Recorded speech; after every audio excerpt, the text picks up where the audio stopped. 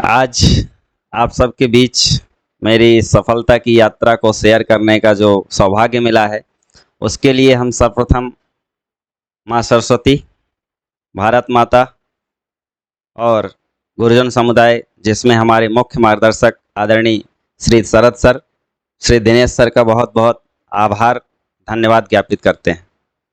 इन्हीं की वह प्रेरणा थी जिससे मेरी पीएससी की यात्रा की शुरुआत हुई थी। मैं गांव से हूं, रामपुर बघेलान तहसील के ग्राम महुरच से, और उसी के नज़दीक के ग्राम से ही हमारे आदरणीय शरद सर हैं, जिनकी प्रेरणा हमें शासकीय हायर सेकेंडरी स्कूल सज्जनपुर से मिली कि यूपीएससी और पीएससी की यात्रा कैसी होती है। तो सर के मार्गदर्शन में ही हमें वो चीज़ें ज्ञात हुई कि पीएससी क्या होता है, इसमें किस तरह से किस पोस्ट में सिलेक्शन होता है, तैयारी कैसी होती है। ये तो पता था कि यह एक कठिन परीक्षा है, लेकिन उस कठिन परीक्षा को क्लियर करने के लिए जो मार्ग सरल से सरल हो सकता है, आसान से आसान हो सकता है, उसके लिए रोड मैप बनाने का काम हमारे आदरणीय श्री शरद सर जी ने किया है। और वो पुस्तकें बताई, वो ट्रिक बताई कि किस तरीके से हम अपनी सफलता को प्राप्त कर सकते हैं। सफलता प्राप्त करना आसान काम है। हमारी आवाज़ आप तक आ रही है? पीछे तक पहुंच रही है? सफलता प्राप्त करना एक बात है, लेकिन कैसे प्राप्त करना है, उस प्रक्रिया से अवगत होना, इसके लिए हमारे गुरुजन समुदाय का मार्गदर्शन बहुत इम्पोर्टेंट होता है। कहा भी गया है, बिनु गुरु होए न ज्ञान। तो बिना गुरु के ज्ञान नहीं होता है। एकलव्य ने भी एक मार्गदर्शक बना करके ही द्रोणाचार्य की प्रतिमा को सामने रख करके ही ज्ञान प्राप्त किया था और विश्व का महान धनुर्धर बना था। भले ही उनकी विद्या को सामने नहीं किया गया, यानी अर्जुन को ही उनके ज्ञान जो प्रिय शिष्य थे द्रोणाचार्य के, उसके कारण उनको प्रमुखता दी गई थी। तो एकलव्य धनुर्धर जो थे अर्जुन से कम नहीं थे। तो यदि आप यहाँ सतना में रह के तैयारी कर रहे हैं, जो लोग दिल्ली में कोचिंग करते हैं, इंदौर में करते हैं, उससे आप बिल्कुल कम नहीं हैं। मैं भी आप ही की तरह इसी तरह यहाँ बैठता था और 2017 से मेरी शुरुआत हुई थी। सर के मार्गदर्शन में मैंने यहाँ कुछ क्लासेस भी ली थी, और हालांकि पूरी क्लासेस नहीं ले पाया था, लेकिन कम समय में जो बेस्ट से बेस्ट मार्गदर्शन हो सकता है, वो आदरणीय शरद सर और आदरणीय दिनेश सर ने हमें तराशा था। और मोटिवेशन बहुत बड़ा चीज़ होता है। आप मेहनत करते रहें, पढ़ते रहें, ये हर कोई कर सकता है। आप घर में भी सेल्फ स्टडी कर सकते हैं, लेकिन जो एक प्रेरणा होती है, गुरु तीन प्रकार के होते हैं। एक गुरु जो होते हैं वो सिर्फ बताते हैं, जानकारी देते हैं। एक गुरु होते हैं जो जानकारी के साथ साथ क्या करते हैं, मोटिवेशन देते हैं। लेकिन एक जो गुरु होते हैं जो तीसरे श्रेणी के, वो न केवल जानकारी देते हैं, न केवल मार्गदर्शन देते हैं, वरन आपके पर्सनालिटी को डेवलपमेंट करने का, आपके व्यक्तित्व को सुधारने का काम करते हैं। और वह काम आदरणीय श्री शरद सर और दिनेश सर ने किया है। मैं भले ही लंबे समय से दूर रहा हूं सतना से, लेकिन फ़ोन के माध्यम से हमारा संपर्क लगातार बना रहा है। व्हाट्सएप, कॉल, इनके माध्यम से मैंने बीच बीच में संपर्क साधा और मार्गदर्शन लिया। आदरणीय शरद सर ने तो ऑडियो टाइप में भेज करके कई बार मुझे मोटिवेट किया कि हमें कैसे विषम परिस्थिति का सामना करना है। मैंने फेलियर्स का अनुभव बहुत किया है, कैसे एक एक नंबर के मार्जिन से पीछे हो जाना और फिर से एक साल की पुनः यात्रा को स्टार्ट करना। ये सफलता और असफलता का जो स्वाद है मैंने कई बार चखा है, और ये संघर्ष के बाद मिली हुई सफलता है, तो इसका महत्व बड़ा हो जाता है। ठीक है, तो सबसे पहले तो मैं अपना बैकग्राउंड बताना चाहूँगा कि मैं आशीष कुशवाहा, गांव में हमारे पिताजी एक किसान हैं और एक पिछड़े फैमिली से रिलेटेड हूं। आप ही की तरह मैं भी एक अरमान लेकर आया था कि मैं भी सेलेक्ट हूं। बड़े लोगों को सेलेक्ट होते देखता था, तो एक मन में मोटिवेशन आता था कि मैं भी सफल हूं और मैं ही इस तरह सीट में बैठूं। यहाँ जितने लोगों की फ़ोटोज़ आप देखते होंगे कि आरटीओ सर, मनीष सर हैं, आशुतोष सर हैं, ये इनको मैं पहचानता हूँ और ये मुझे उस समय मोटिवेशन दिए थे। तो आपको भी ये अरमान होगा कि मेरी भी फ़ोटो वहाँ हो। इसके लिए आपको अपने गुरुजनों पर भरोसा रखना है, अपने किए हुए कार्यों पर, अपनी की हुई मेहनत पर भरोसा रखना है। एक दो बार फेल हो सकते हैं, लेकिन अंततः आप फेल नहीं होंगे, क्योंकि वो आपकी जो यात्रा है उसको वो तराशा जा रहा है। सोना तभी निखरता है जब उसको तपाया जाए। ठीक है, तो कोई भी व्यक्ति ऐसे महान नहीं बनता। मूर्ति भी जो है भगवान का रूप तब लेती है जब उसको कुम्हार यानी प्रजापति या जो भी मूर्तिकार होते हैं वो उसको आकार देते हैं, ढांचा देते हैं, है ना, तब वो जा कर के एक देवत्व स्वरूप में मूर्ति बनती है और प्राण प्रतिष्ठा स्थापित होती है लोगों के बीच में। ठीक है, तो आपको पीएससी के बारे में थोड़ा सा बता दूं कि यह 3 चरण की परीक्षा होती है। आप हो सकता है कई लोग वनडे एग्ज़ाम की तैयारी कर रहे होंगे व्यापम की। मैंने भी कई व्यापम के एग्ज़ाम दिए थे और भगवान की ये कहें कि नियति ही ऐसी है कि मेरी यह सफलता जो क्लास 2 की पोस्ट है जिला कमांडेंट की, ये पहली अंतिम रूप से चयनित मेरी सफलता है। मैं अभी तक किसी भी एग्ज़ाम में अंतिम रूप से सफल नहीं हुआ था, चाहे वो वनडे एग्ज़ाम रहा हो चाहे कोई भी। और पहली सफलता है जिसमें अंतिम रूप से सेलेक्ट हुआ वो पीएससी की पोस्ट है और क्लास 2 की डिप्टी कलेक्टर के बराबर रैंक की पोस्ट है। यानी मेरा संवाद एसपी से होगा, डिस्ट्रिक्ट कमांडेंट के रूप में फोर्स सप्लाई करना, चाहे एसडीआरएफ हो, एनडीआरएफ हो, होमगार्ड हो, नगर सेना हो, ट्रैफिक पुलिस हो, थानों में पुलिस बल की कमी हो, इसके लिए जो डिमांड होगी पुलिस को सहायता देने की वो मेरे अंदर में रहेगी और मेरे अंतर्गत यह विभाग पुलिस को असिस्ट करेगा, पुलिस को सहायता देगा। ठीक है, तो ये सारी जिम्मेदारियां मैं निभाने के लिए जिस पद पर चयनित हुआ हूँ ये मेरी पहली सफलता है। ठीक है, तो ये एक प्रकार से मेरे लिए सौभाग्य की बात है।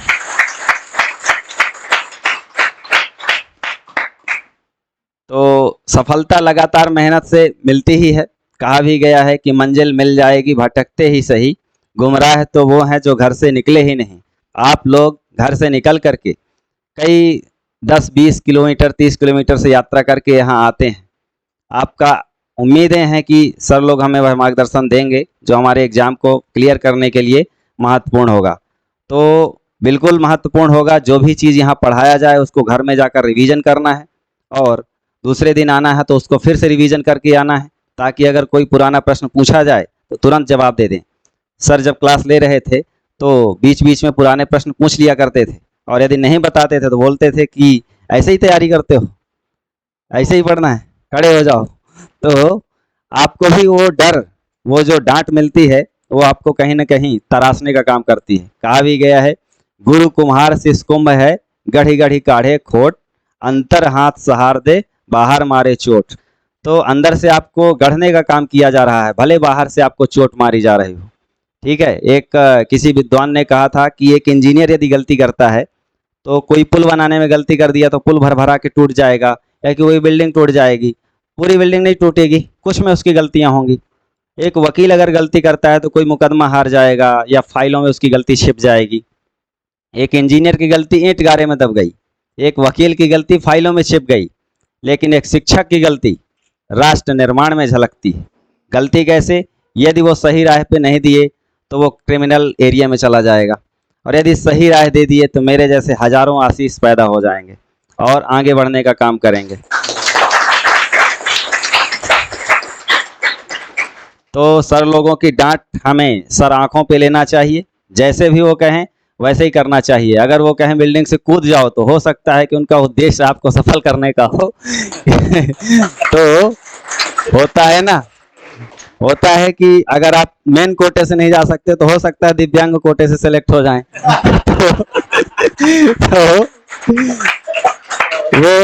वो कहीं ना कहीं आपको तराशने का, आपको सफल करने का उनका जज्बा और होश रहता है ना। वो कहीं ना कहीं आपको सफल करने के लिए ही सारा चीज़ रोड मैप तैयार करते हैं, ब्लूप्रिंट तैयार करते हैं।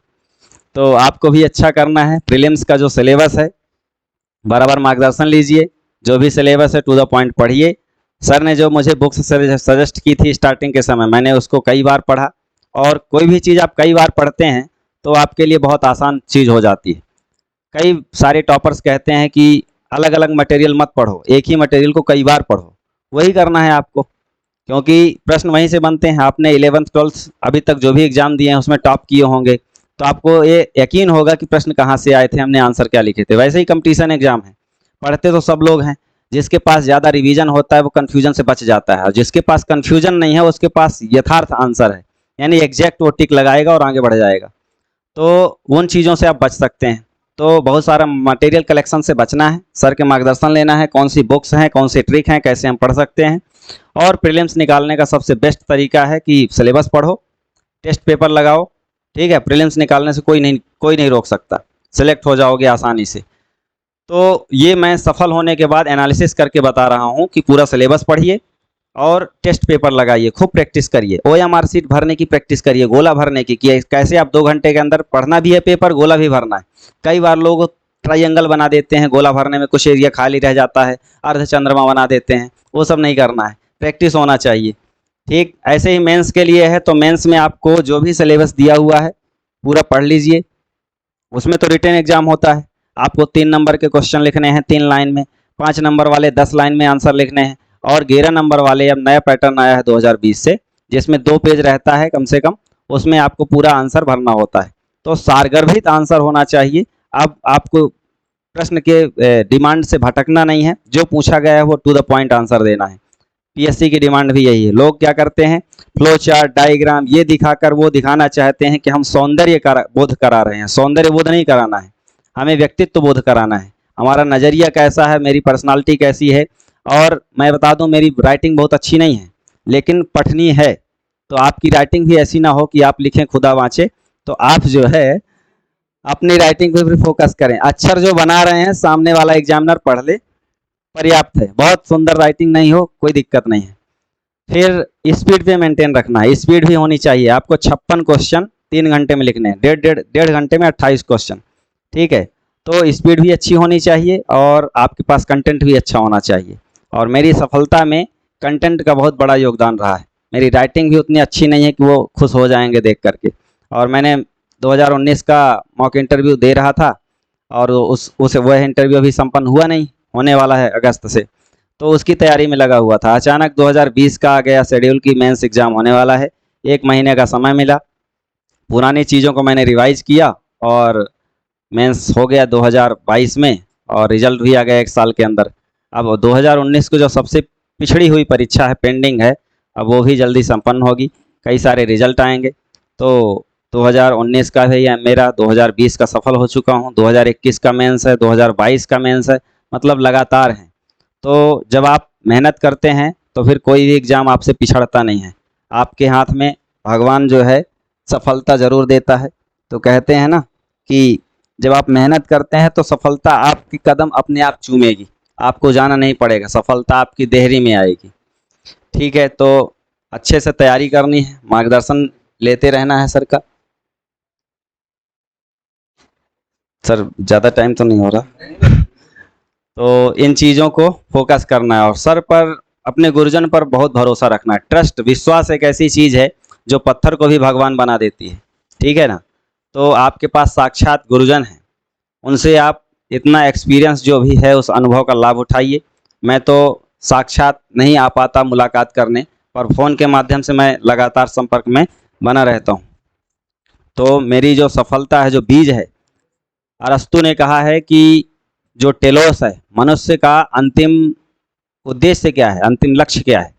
जैसे बीज का अंतिम लक्ष्य है वृक्ष बनना, और वृक्ष बन के विशालकाय वृक्ष बन करके छाया, फल ये सब दुनिया को देता है। वैसे मनुष्य का अंतिम लक्ष्य क्या है?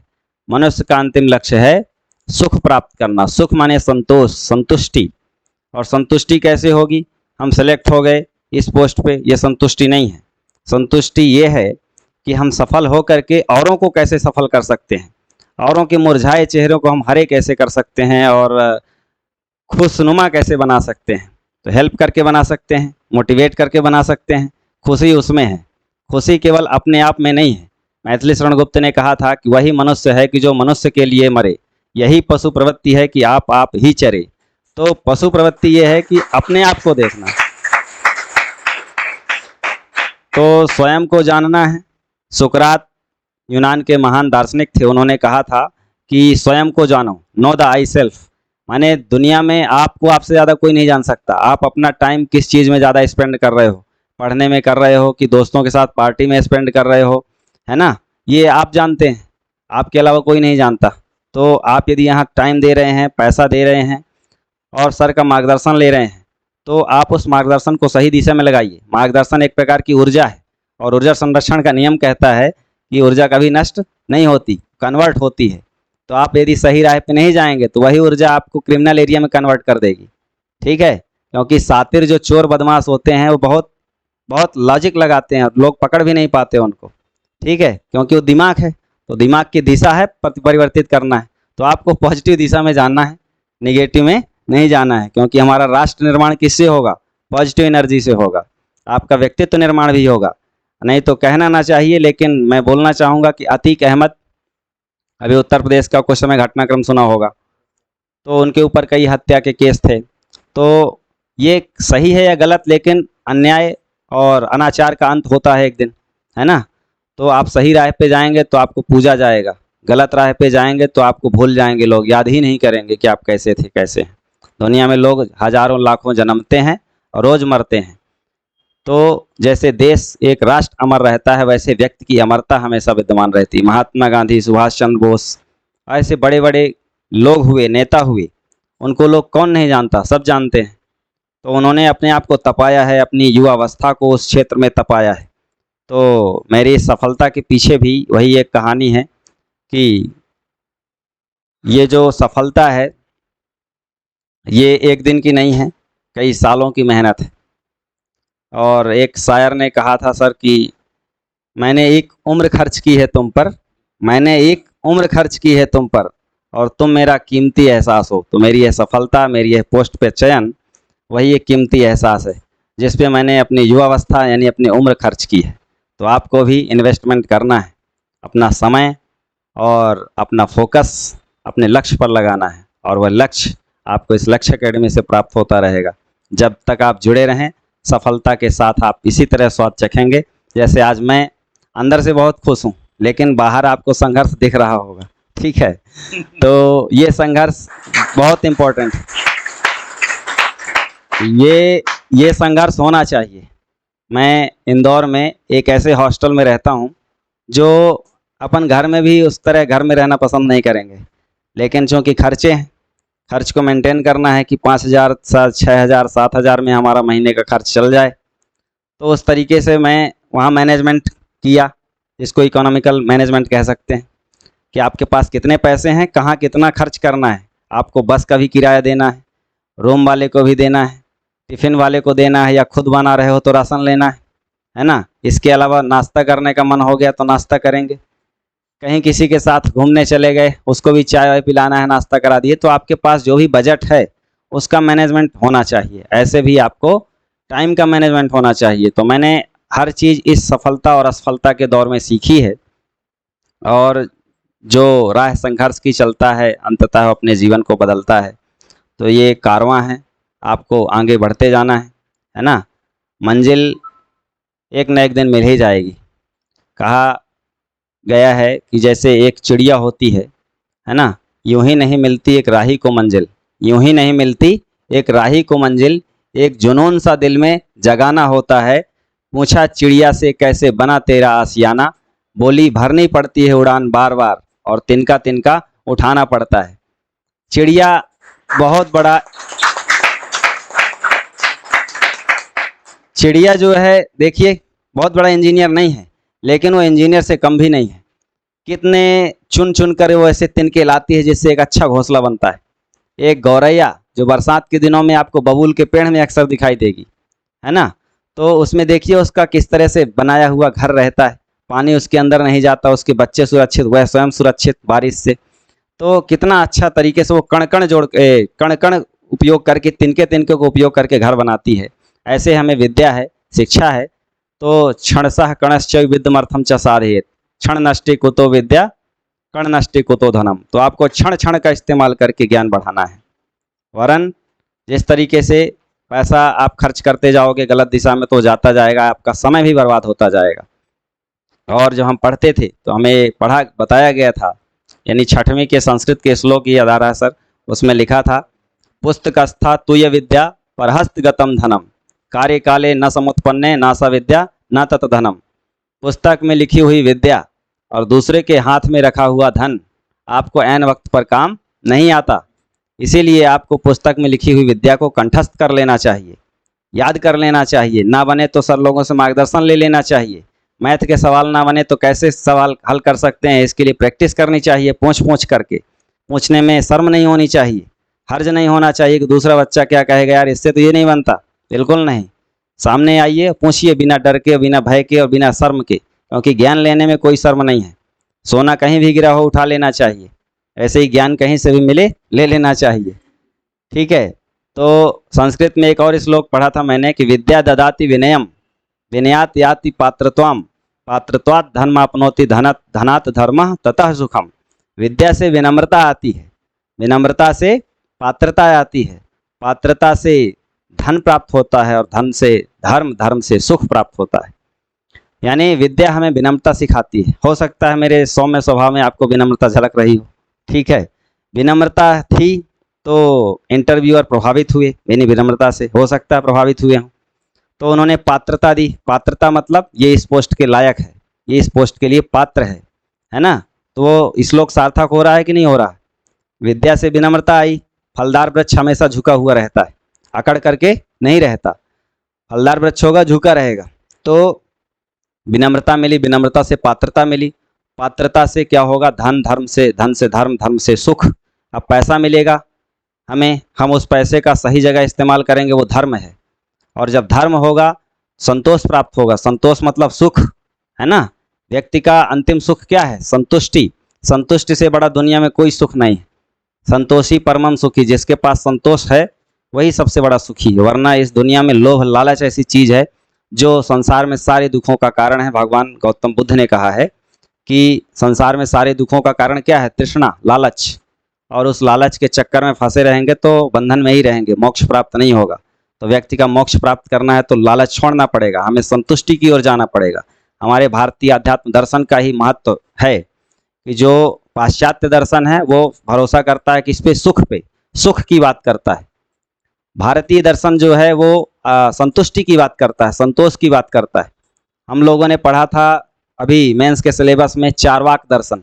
सर चारवाक दर्शन भौतिकवादी दर्शन है, लोगों को यथार्थ, बिल्कुल सर, उनका कहना है कि सुखवाद, यावत जीवेत सुखम जीवेत ऋणम कृत्वा घृतम पीवेत भस्मीभूतस्य देहस्य पुनरागमनम कुतः। मतलब जब तक जियो सुख से जियो, ऋण लेकर यानी कर्ज लेकर के घी पियो। कहने का मतलब ये है कि एंजॉय करो, इस दुनिया में क्या रखा है, इस दौड़ धूप में क्या रखा, आराम करो, आराम करो, आराम जिंदगी की कुंजी, इससे न तपेदिक होती। तो वो आराम क्षेत्र को बोल रहे हैं, मतलब भौतिक जीवन को प्रमुखता दे रहे हैं, क्योंकि जो दिखता है वही यथार्थ, वही प्रत्यक्ष। जो दिखता ही नहीं उस पर क्या भरोसा करना, वो अध्यात्म है, वो अपने आप में आत्मसात करने वाली चीज़ है। तो चारवाक आगे कहते हैं कि जब तक जियो सुख से जियो, ऋण लेकर घी पियो, और जब व्यक्ति नष्ट हो जाता है, इस बार देह भस्म हो जाती है, तो लौटकर कोई नहीं आता। और लोग डर देते हैं कि अगला जन्म जो है आप ये बनोगे वो बनोगे। तो वो कहने का आशय ये है कि इसी जन्म में आप अच्छे कार्य करें और एंजॉय करें, सुख प्राप्त करें। तो एक प्रकार से वो भौतिक दर्शन है। हमारा आध्यात्मिक दर्शन ये कहता है कि जिन चीज़ों से हमें आत्मिक सुख मिलता है, संतोष मिलता है, वो चीज़ें आपको सुख प्रदान करेंगी। जैसे आज मुझे यहाँ उपस्थित होकर के आपके बीच जो सुख मिल रहा है, जो संतुष्टि मिल रही है कि मैंने संघर्ष किया है तो मेरा परिणाम मिला है, और गुरुजनों का जो ऋण है उसको तो चुका नहीं पाऊंगा, लेकिन जो आशीष है, आशीर्वाद है, वो सदा साथ रहेगा। और इनका सानिध्य ही हमारे लिए सबसे बड़ा सुख है, सबसे बड़ा संतुष्टि है। तो हमें अपने पर फोकस रखना है, गुरुजनों पर आस्था रखनी है, भरोसा रखना है और आगे बढ़ते जाना है। सफलता एक न एक दिन जरूर मिलेगी। तो दोस्तों, आज मुझे लगता है कि आपने बहुत सारी चीज़ें समझ ली होंगी। यदि आपके कोई क्वेश्चंस हों तो मैं जवाब दूंगा और बिल्कुल समाधान करने का प्रयास करूंगा। तो आप पूछ सकते हैं, आपके मन में, विवेक में जो प्रश्न आए, सारी चीज़ों का मैं जवाब आपको क्रमबद्ध दूंगा।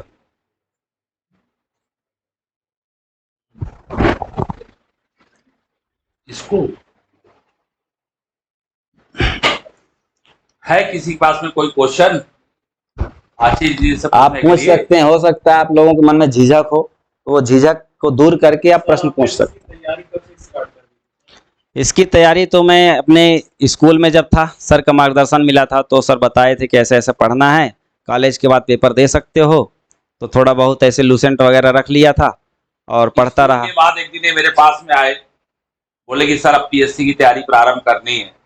मैंने इनको जो लूसेंट का विविध वाला पोर्शन है ना, उसमें 4-5 पेज और ज्योग्राफी का कुछ पार्ट बोला। मैं बोला कि इसको तैयार करके आओ, 1 सप्ताह के बाद फिर मैं देखता हूँ कि तुम पीएससी की तैयारी कर सकते हो कि नहीं कर सकते हो। 1 सप्ताह के बाद में ये आए और शब्दशः पूरा एक-एक शब्द इनको याद था। तो ऐसे मेहनती हैं। कोई भी चीज उसमें ऐसी नहीं बची थी जहां से मैंने बोला हो तैयार करने के लिए, इनका तैयार ना हुआ। मेहनत करनी पड़ती, समर्पण होना चाहिए। जब तक समर्पण नहीं होगा तब तक सफलता आपसे दूर ही रहेगी। तो समर्पित होकर तैयारी करो, इंजॉय करो, तैयारी में भी इंजॉय करना पड़ेगा। तो जब तक इंजॉय नहीं आएगा तब तक वो सफलता प्राप्त नहीं हो। और किसी को कुछ पूछना है पूछिए। नहीं है इनके पास प्रश्न। ठीक है सर, तो बढ़िया है दोस्तों। आप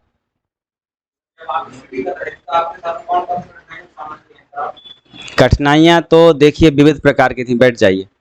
इसमें पहली तो कठिनाई यही है कि हमें उचित मार्गदर्शन, तो मार्गदर्शन का समाधान सर ने किया था कि बस पढ़ना है और मेहनत तो करनी पड़ेगी, हम कम पढ़ें तो अपने लिए अन्याय कर रहे हैं।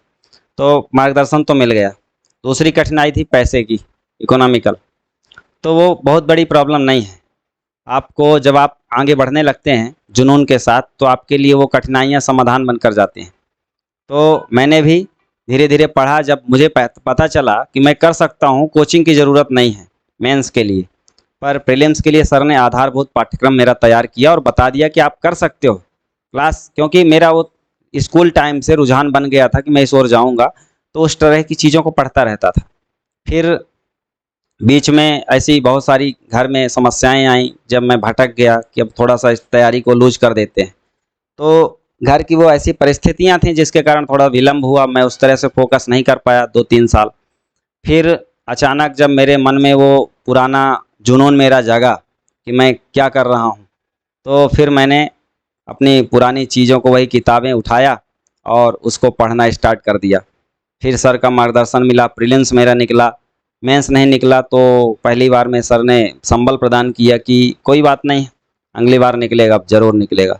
अगली बार दिया, इंटरव्यू तक गया। इंटरव्यू में रेंजर में मेरा कुछ नंबरों से रह गया। फिर जब अगला होता, बोले सर कि अब तो तुम अच्छी पोस्ट पाओगे, जिस पोस्ट का इंतज़ार कर रहे हो वो तुम्हारे लिए नहीं है। तो वही अवसर है कि 2019 का 5 साल हो गया, इंटरव्यू अभी हुआ नहीं। नहीं तो ये रिजल्ट पहले ही आ जाता। 5 साल के जो आज हम ये जो बेरोजगारी का समय झेला 5 साल, और लोगों का प्रेशर का सामना किया, पॉलिटिकल सामाजिक प्रेशर जिसको कहते हैं, घर का दबाव, रिश्तेदारों का दबाव, गांव मोहल्ले का दबाव, लोग पुलिस में सेलेक्ट हो रहे हैं, फौज में सेलेक्ट हो रहे हैं, वो हमारे स्तर से बहुत ऊंचे हैं।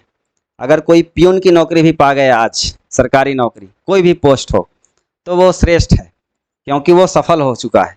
अब मेरा जो सफलता का कारवां है, यानी इस व्यक्ति को सफल होते हुए कोई नहीं देखता, सफल देखता है। जो प्रक्रिया को झेल रहा है, उस समय उसको मान्यता नहीं दी जाएगी कि आप पीएससी की तैयारी कर रहे हो तो आप अच्छे हो, बिल्कुल नहीं। निकल जाए तो बताना, तब अच्छे हो। तो कई लोग मुझे भी ताने मारते थे, बस वो ताना आपको पॉजिटिव में कन्वर्ट करना है। मैं बताता था उनको कि भैया थोड़ा सा समय लगता है, एक कमरा का घर बनाना हो तो जल्दी बन जाता है, और आपको महल बनाना हो तो थोड़ा सा समय लगता है। तो आप यूँ ही समझ लो, पीएससी को ज़्यादा नहीं जानते होगे तो समझ लो मेरी परीक्षा कांस्टेबल की नहीं है, फॉरेस्ट गार्ड की नहीं है, ये उनसे उच्च लेवल की है। तो थोड़ा सा समय लग रहा है और विलम्ब भी है। एक ना एक दिन आपको खुशी ज़रूर दूंगा, पर उनका टॉर्चर करने का उद्देश्य रहता था, वो सफलता पाना और पूछना की ज़रूरत नहीं रहती थी। तो आपको भी ऐसे समय आएंगे, ऐसे लोग आएंगे, खुश होकर स्माइल होकर जवाब दीजिए। बिल्कुल भी रस्टिक नहीं बनना है। और कोई भी आपको टॉर्चर ज़बरदस्ती करेगा, आप कुछ नहीं कर सकते, ये वो बिल्कुल भैया, वो तो कोशिश है, हर कोई करता है अपने जीवन में। मैं कोशिश करूंगा, अंततः सफल होऊंगा तो अच्छी बात है, बाकी भगवान के ऊपर है। ऐसे लोगों का जवाब देना है, लड़ना नहीं है किसी से, है ना। बहुत सारे लोग मुझे कहते थे, क्या पीएससी वेस्सी में लगे हो। कितने लोग जो उच्च लेवल के रहते हैं, कलेक्टर का लड़का कलेक्टर बनता है क्योंकि उनको अच्छा मार्गदर्शन मिलता है। मैंने कहा ऐसा तो हो नहीं सकता, परीक्षा तो वही है, बैठते तो वो भी हैं, मैं भी बैठता हूँ। मैं मेंस देने जा रहा था, जो तहसीलदार थे उनकी गाड़ी आती थी और पेपर दे के वो लोग भी जाते थे, ठीक है। उसमें सामने हो सकता था उनके घर के रहे हों, तो ऐसे ऐसे जो 4 व्हीलर से आते, मैं साइकिल से जाता था इंदौर मेरा सेंटर था, हॉस्टल से मैं साइकिल लेके जाता था। वो ऐसे जगह सेंटर था कि टैक्सी वैक्सी नहीं जाती थी। तो मैं देखता था कि ये तो बढ़िया इनोवा में जा रहे हैं, कोई गाड़ी में जा रहा है, मैं तो साइकिल से जा रहा हूँ। तो वो आपको तुलना नहीं करनी है, तुलना है संघर्ष की। आप सीट में बैठे हो, बगल में मैं भी बैठा हूँ, तो इक्वल है। तो गांव वाले भी परेशान करेंगे, रिश्तेदार भी परेशान करेंगे, और आपके सामने आपका दोस्त अगर सफल हो गया तो आपका मन परेशान करेगा कि यार वो तो हो गया, अब क्या करूं। तो आपको उसके मन में उसके लिए ईर्ष्या की भावना नहीं रखनी है। होगा आपको, आपके साथ पढ़ता हुआ सेलेक्ट हो जाएगा तो आपको एक जलन होगी कि यार वो तो सेलेक्ट हो गया, अब क्या करूं। आपको उससे बात करने का मन नहीं करेगा कि ये है वो है, वो होता है, नेचुरल है। बट उसको कन्वर्ट करना है कि वो हमारा गाइड बन जाए। उसका उत्साह देखकर आप उत्साहित हो जाओगे, नहीं तो डिमोटिवेट ही रहोगे, है ना, क्योंकि वो सेलेक्ट हो गया। उसकी जो पॉजिटिव एनर्जी है उसको लीजिए। इस दुनिया में एनर्जी का कन्वर्सन नष्ट नहीं होता, कन्वर्ट होती है। तो मेरे भी ऐसे कई दोस्त रहे। मैं भी जब फेल हो गया तो जो सफल हो गए उनसे 5-6 महीने बात नहीं की। ठीक है, नेचुरल चीज़ बता रहा हूँ। क्योंकि ऐसा लगता था जैसे आपको कुछ क्वेश्चंस पूछने में डर लग रहा होगा, कैसे पूछें। तो मुझे भी लगता था यार वो सेलेक्ट हो गया, मैं भी तैयारी कर रहा था, वो भी तैयारी कर रहा था, अब क्या करें। 5-6 महीने बात ही नहीं किया। बात ऐसा नहीं किया, अपसेट था मैं, अपने आप से अपसेट था, है ना, उनसे नहीं था। फिर धीरे धीरे बताया यार कि समस्या ये जा रही है, वो जा रही है। तो सफल हुआ हुआ व्यक्ति आपको अच्छा गाइड करेगा, क्योंकि उसके अंदर से नेगेटिविटी समाप्त हो जाती है। तो वो आपको अच्छी सलाह देगा। कुछ लोग होंगे जो सफल होने के बाद भी गाइड नहीं करेंगे अच्छे से, वो नहीं कह सकते, हर तरह के लोग होते हैं। पर आप कोशिश करें गाइडेंस लेने का, और पॉजिटिवनेस रखिए सबके प्रति। आप पॉजिटिव रहेंगे ना तो आपको सामने वाला भी पॉजिटिव दिखेगा, है ना। जैसा रहे जैसा खाओ और अन्न वैसा रहेगा मन। जैसे आपका नज़रिया रहेगा वैसे ही दुनिया दिखेगी, है ना। आपकी जैसी नज़र वैसा ही मंजर। तो आप अच्छी नज़र से देखें, आपको दुनिया अच्छी दिखेगी। ठीक है, और बताइए।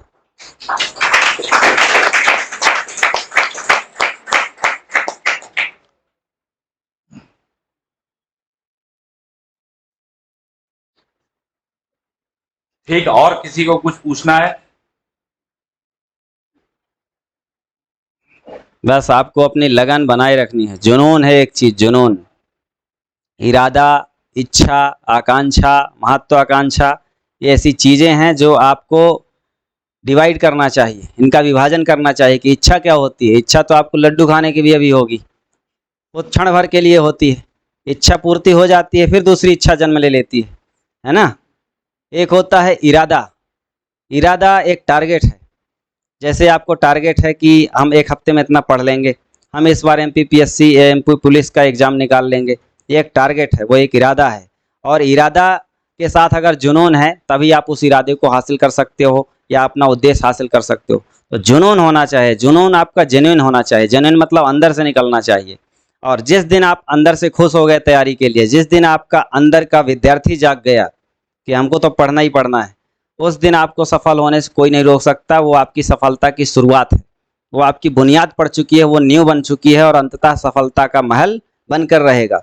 तो आप अपने अंदर के विद्यार्थी को जिंदा रखें, दिखाने के लिए ना पढ़ें, दिखाने के लिए नहीं पढ़ना है। अगर मन ना लग रहा हो छोड़ दो किताबों को, ठीक है। एक दिन ना मन करे बिल्कुल ना पढ़िए, 2 दिन मन ना करे बिल्कुल ना पढ़िए, लेकिन जब पढ़िए तो मन से पढ़िए। मैं आपको बता दूं, कोई अगर मुझसे पूछेगा कि आप कितने घंटे पढ़ते थे, मैं इसका जवाब नहीं दे सकता, क्योंकि मैं कभी भी आज तक 8 घंटे नहीं पढ़ा हूँ, कभी भी। लोग कहते हैं ना कि 8 घंटे 10 घंटे की पढ़ाई अच्छी होती है, मैं पढ़ ही नहीं पाता बैठ करके 8 घंटे। मैं 4 घंटे अगर पढ़ लिया तो मेरी 8 घंटे की तैयारी हो जाती है। और रीज़न यही है कि आप चलते फिरते पढ़ते रहते हैं। जैसे मैं यहाँ पढ़ रहा हूँ लक्ष्य एकेडमी, तो लक्ष्य क्या है, लक्ष्य के बारे में अगर हम पढ़ते हैं तो वो महाभारत का अर्जुन और द्रोणाचार्य का संवाद याद आता है। तो ऐसे आपको कोई अगर चीज़ दिखे, जैसे बस है, बस शब्द में बस टोपोलॉजी कंप्यूटर में आप चले गए तो क्या होती है। तो ऐसे जो भी शब्द आप दिखें तो वहाँ से आपकी तैयारी में कनेक्शन हो जाना चाहिए, वो लिंक बन जानी चाहिए। ये होती है तैयारी। आप अपने दिमाग को एक्टिव रखिए, सबसे बड़ी चीज़ है दिमाग को एक्टिव रखना। और इस दिमाग का जितना आप यूज करेंगे उतना ज़्यादा आपको तरासेगा, ठीक है। तो ज़्यादा से ज़्यादा प्रैक्टिस करिए, अपने दिमाग को एक्टिव रखिए, है ना। लैमार्कवाद का सिद्धांत है ना, जिराफ की गर्दन ऊंची क्यों है। जिस अंग का ज़्यादा उपयोग करेंगे वह अंग उतने ज़्यादा ग्रोथ करेगा। तो आपका दिमाग भी ऐसी चीज़ है, ज़्यादा एक्टिव रखो, ज़्यादा तेज़ी से गणनाएँ करेगा, कंप्यूटर से सुपर कंप्यूटर बन जाओगे, है ना। तो ये करना है, प्रैक्टिस लगातार करनी है। और एक है भरोसा, एक हमें वो भरोसा रखना है अपने गुरुजनों पर। जहाँ भी आप पढ़ रहे हों, जिसका भी मार्गदर्शन मिल रहा हो, उस मार्गदर्शन को मानिए, उनके प्रति कृतज्ञ रहिए, कृतज्ञ रहिए, और ज़रूर आप सफल होंगे। अपने लिए ईमानदार रहिए, अपने दोस्तों के साथ अपने गुरुजनों के प्रति आदर भाव हमेशा रखें। ठीक है दोस्तों,